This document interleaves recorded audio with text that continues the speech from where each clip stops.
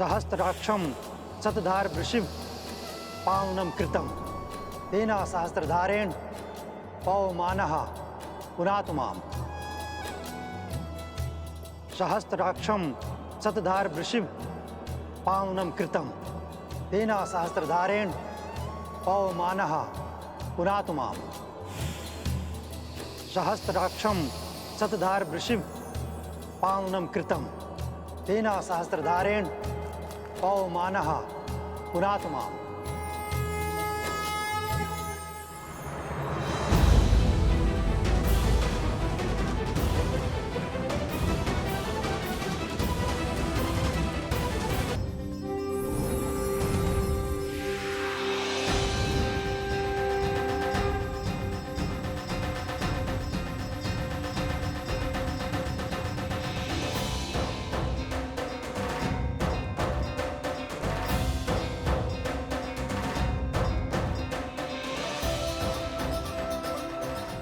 मैं निरोगी हो गया, मेरा रोग भी ठीक हो गया, हम सब स्वस्थ हो गए।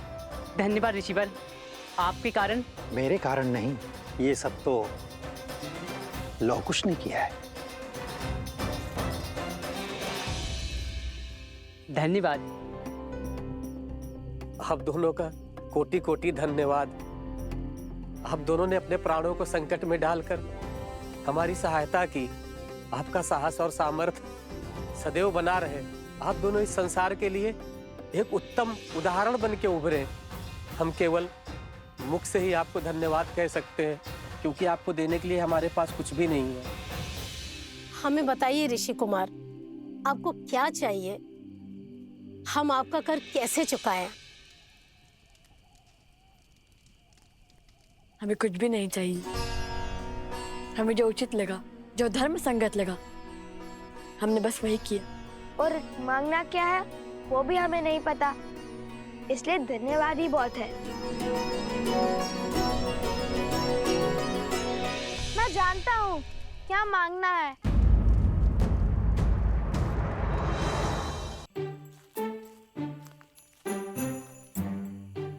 अभी कुछ समय पहले मैं एक मिथ्या कहकर आया हूँ, उसे सत्य करने का समय अब आ गया है।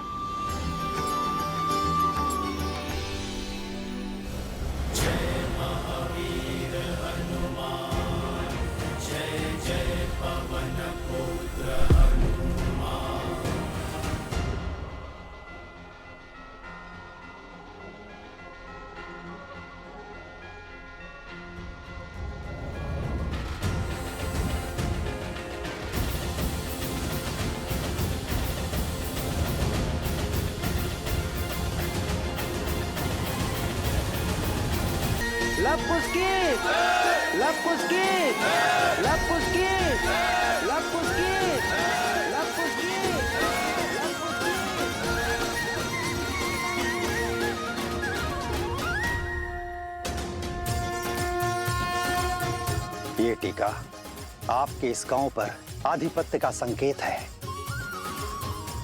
आज से आप दोनों इनके नायक, इनके राजा हुए।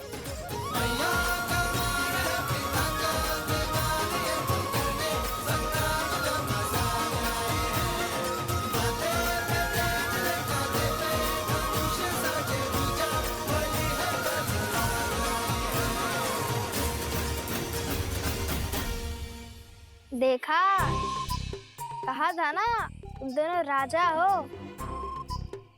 और अब ये सब मैं राजा का मान सम्मान देंगे और अश्व को रोकने का अधिकार भी मिल ही गया। क्या बताएंगे आप? कहाँ के राजा हैं आप? तुम हमारे साथ रहकर बुद्धिमान हो गए हो सोमकर्ण, अति उत्तम।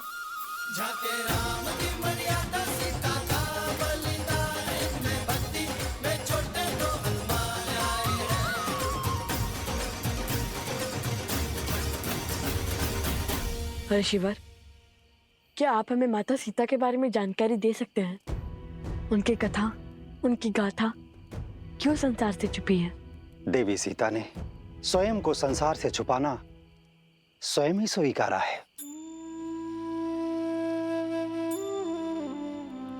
उनकी इच्छा का सम्मान करो पुत्रों। किंतु उन्हें छुपने की क्या आवश्यकता है? वो तो निर्दोष है ना?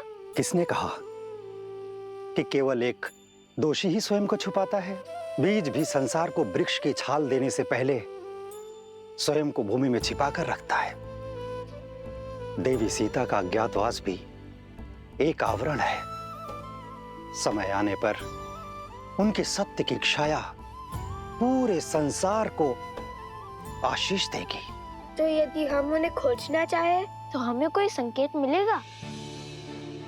तो कदाचित इस बार बीज को अंकुरित होने में सहायता की आवश्यकता है। देवी सीता, विधि का विधान है बच्चों, और विधान में जब जहां जिसकी आवश्यकता होती है उसके वहां पहुंचने के संकेत और मार्ग स्वयं ही बन जाते हैं।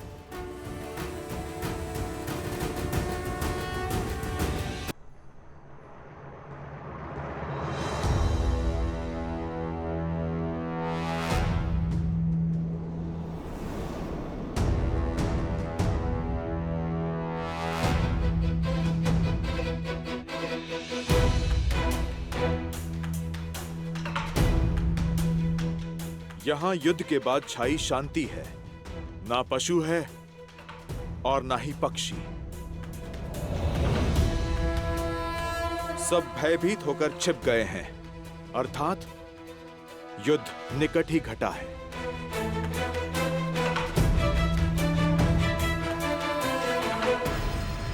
आप दोनों हमारे राजा हैं, इसलिए पहला भोग आप लगाएंगे। नहीं, राजा स्वामी नहीं, सेवक होता है जो प्रजा से पहले अपना पेट भर ले।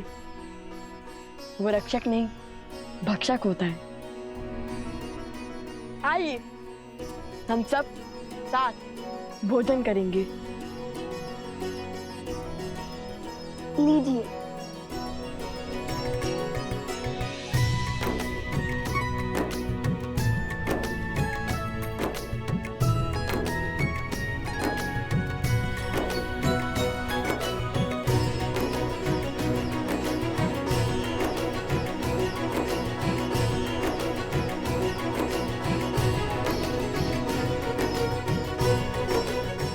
आहा, आनंद आ गया। बड़ा परिश्रम किया है ना सुबह से। अच्छा आप बताओ, तुम दोनों ने उस बूटी को पहचाना कैसे? इतनी बूटियों के बीच में तुमने इस एक बूटी को कैसे खोजा? जब मन में धर्म की धुन लिए कोई सुकर्म करने निकलो तो स्वयं प्रकृति भी आपकी सहायता करती है। और फिर रामायण की कथा है ना हमारी सहायता के लिए। हमें पता था ऐसी चमत्कारी बूटी चमकती ही होगी। वो हुआ ये भैया कि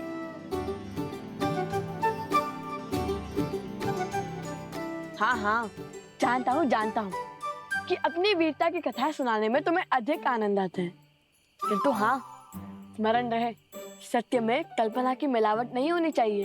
मैं तो सदा सत्य ही कहता हूँ।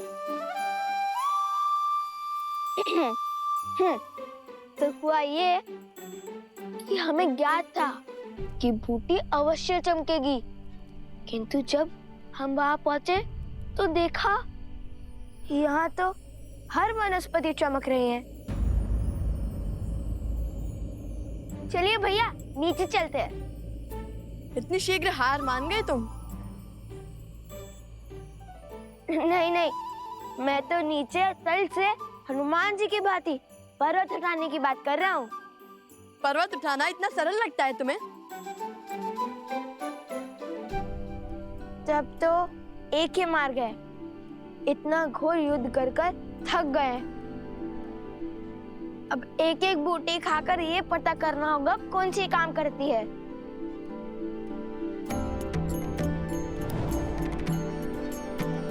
और यदि कोई भी बूटी विषैली निकली तो?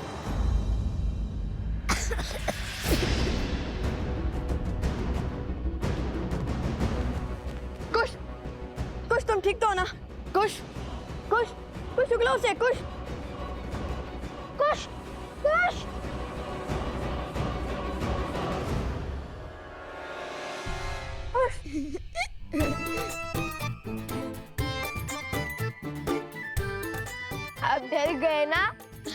मुझे तो कुछ नहीं हुआ।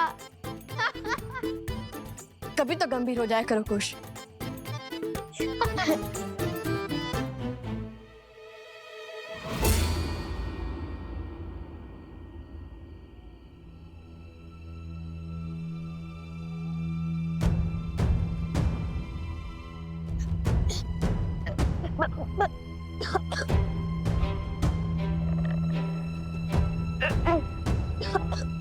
बार बार तुम्हारे जाल में नहीं फंसूंगा मैं। अभिनय का कोई लाभ नहीं है।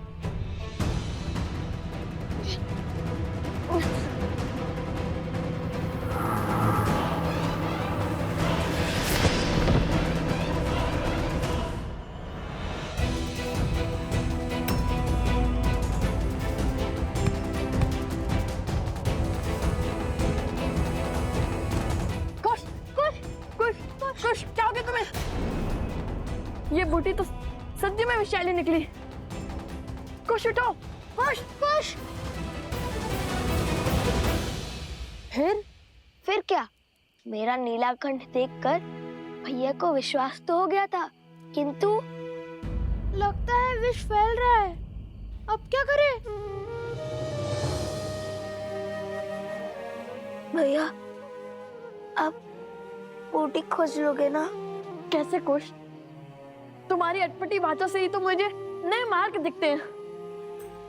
तुम्हारे बिना मैं क्या करूंगा?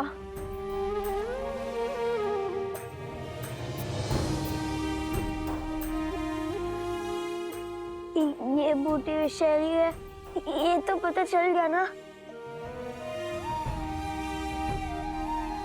किंतु इनमें से वो बूटी कौन सी होगी जो आत्मा के मैल को मिटा सके?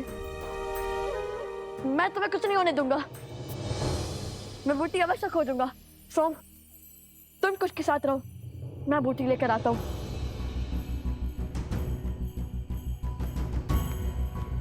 आंखें खोलो कुश।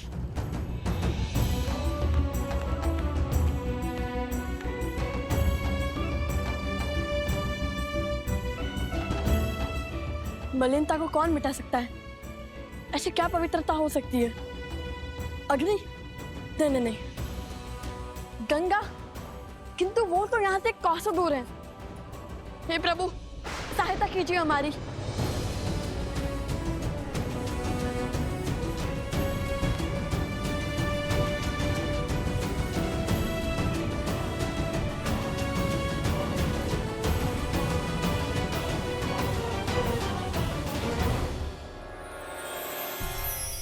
ये नक्षत्र तो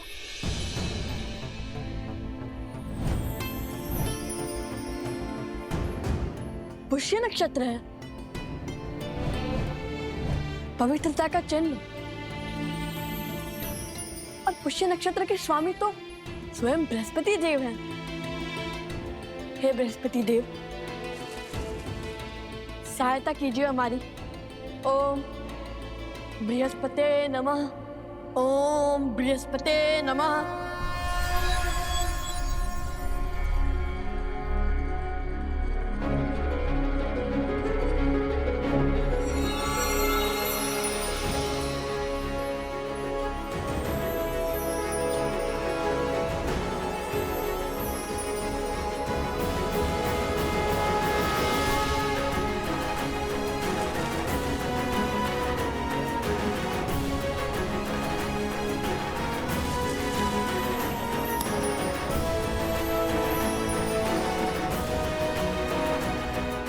ओम बृहस्पते नमः।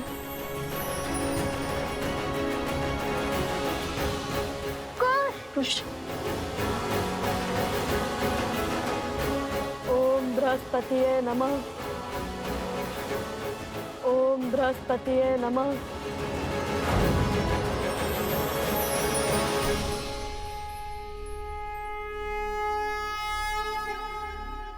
कुश, तुम ठीक तो हो ना?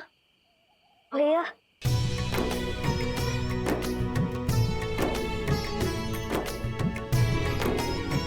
कुश, मेरे भाई,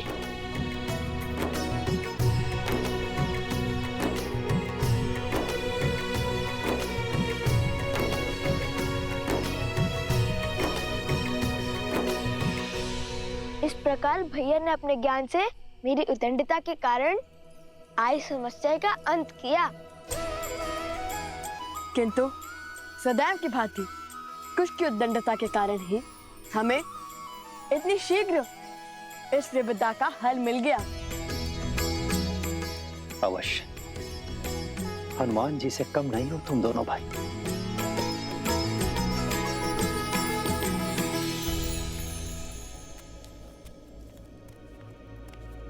पूरा वन घूमकर पुनः यहीं पर आ गया। मुझे कोई संकेत नहीं मिल रहा।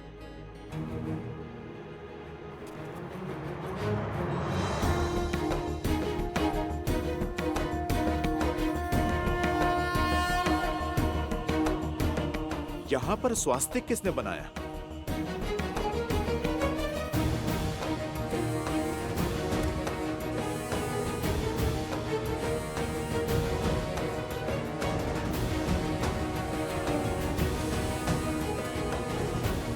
केवल इसी वृक्ष पर चिन्ह है। शीघ्र चलिए, मुझे आप सबको कुछ अलौकिक दिखाना है। अर्थात सीता माता मिल गई क्या तुम्हें? माता सीता तो नहीं, किंतु उन तक पहुंचने की सिद्धि अवश्य मिल गई। सोचिए भाभी श्री, सोचिए।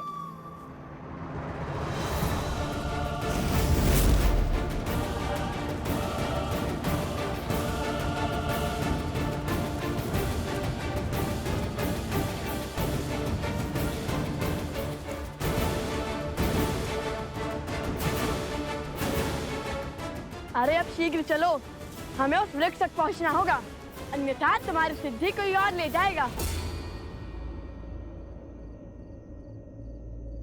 ये कैसा आभास है? मानो कोई दिव्य शक्ति आसपास है।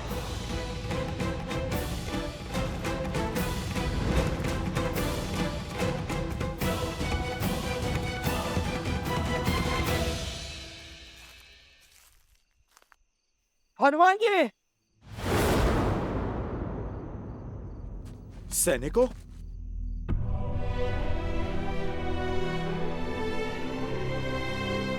ये किसने किया?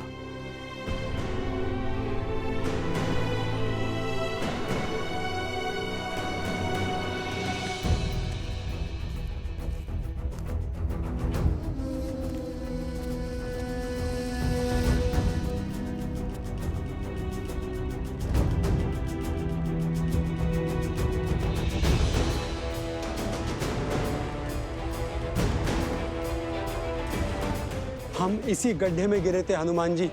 उन ऋषि कुमारों पर जब हम प्रहार करने गए तो उन्होंने हम पर ब्रह्मास्त्र छोड़ दिया।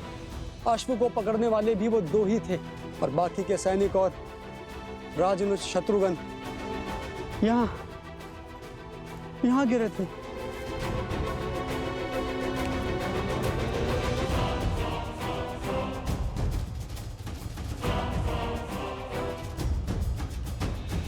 हम उन्हें बचा नहीं पाए, मैं गड्ढे में ही रह गया। उनके समक्ष लड़ने का साहस नहीं जुटा पाया।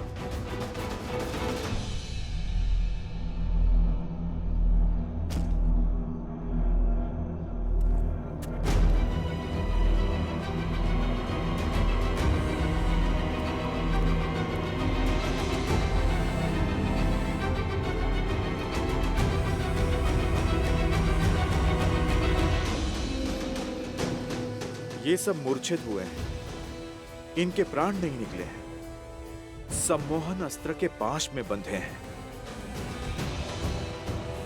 जो केवल देवताओं से ही मिल सकता है।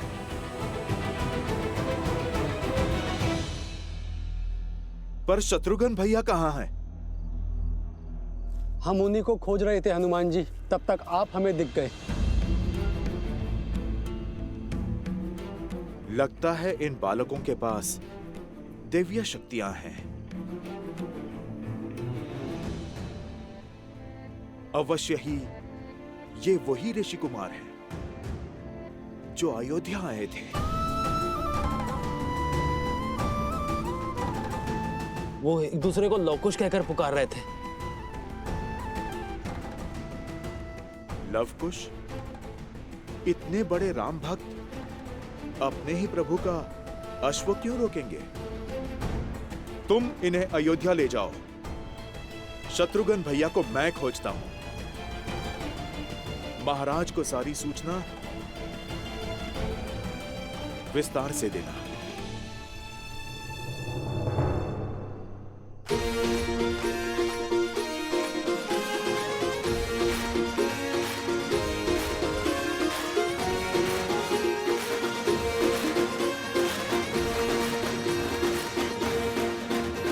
तो तुमने उसे पकड़ ही लिया? है ना अद्भुत? कहा था ना, लव कुछ भी कर सकते हैं। सच्ची में तुमने उसे पकड़ लिया? अरे अवश्य। अब चलिए, हमें वो स्वर्ण कमल लेकर आश्रम भी पहुंचना है। कल सुबह पूजा है।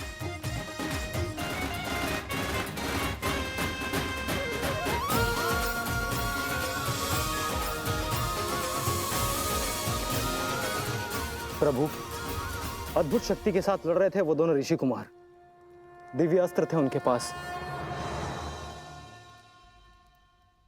और एक दूसरे को वो लवकुश कहकर पुकार रहे थे।